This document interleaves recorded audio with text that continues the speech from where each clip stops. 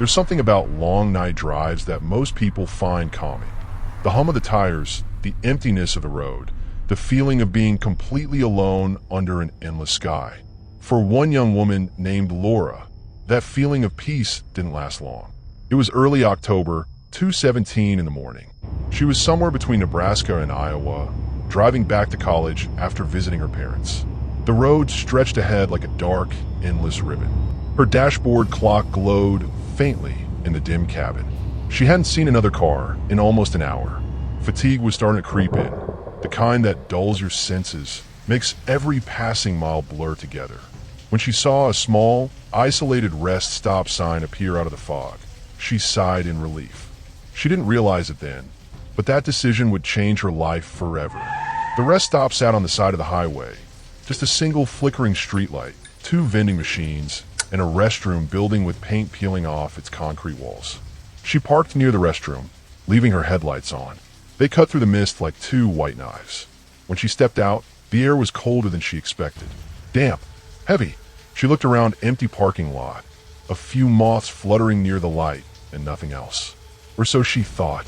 As she walked toward the restroom, she noticed movement at the far end of the lot. A man, tall, thin, standing perfectly still near a tree, facing her direction. At first, she thought maybe he was just another traveler, a truck driver, maybe stretching his legs. But something about the way he stood didn't seem right. He didn't shift, didn't move his hands. He just stood there, watching. Laura hesitated at the restroom door, her hand hovering over the handle. She told herself she was overreacting. She went in quickly, locked the stall door, splashed her face with cold water, and tried to breathe. But the uneasy feeling wouldn't fade. When she stepped back outside, the man was gone. Her relief was short-lived, because as she unlocked her car and got in, she saw movement again, this time in her side mirror. The man was standing at the edge of the light now, closer, facing her car, and he was smiling. She locked the doors immediately. "Okay, it's fine," she muttered to herself, trying to sound brave. "He's just some weirdo." She put the car in drive and pulled out of the lot, tires crunching on gravel. But the headlights caught something for a split second.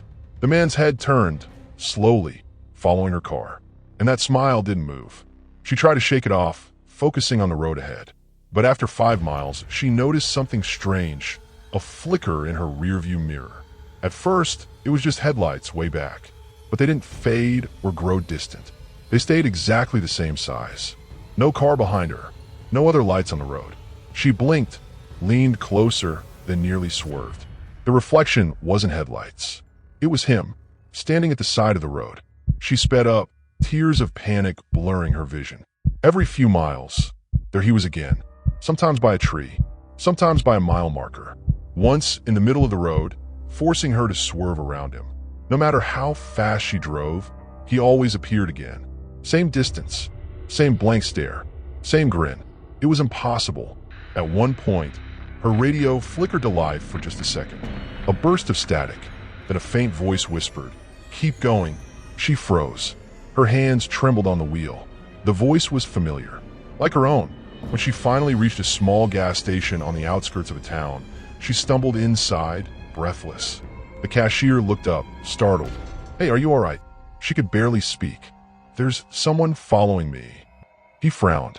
"Nobody's been on that road tonight. You sure you didn't take the old route?" "The what?" she asked. He nodded slowly. "That road's been closed for years. Flooded out in '93. Nobody drives it anymore." Her knees nearly gave out. The man offered to check the cameras, but when they rewound the footage, nothing. No man, no car, just her, standing there, talking to thin air in the doorway.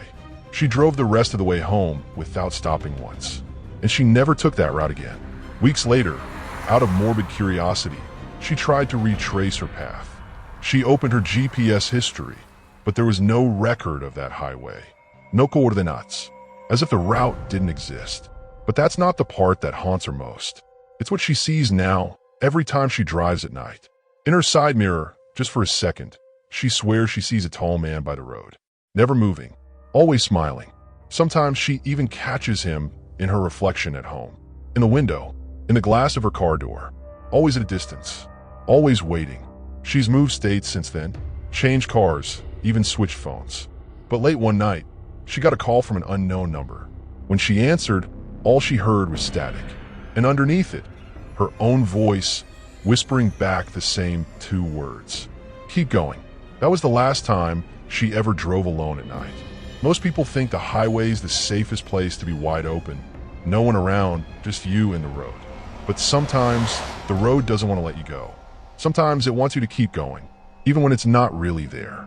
And if you think that was the worst the road can offer, wait until you hear what happened to two friends who stopped at a motel that shouldn't have existed at all.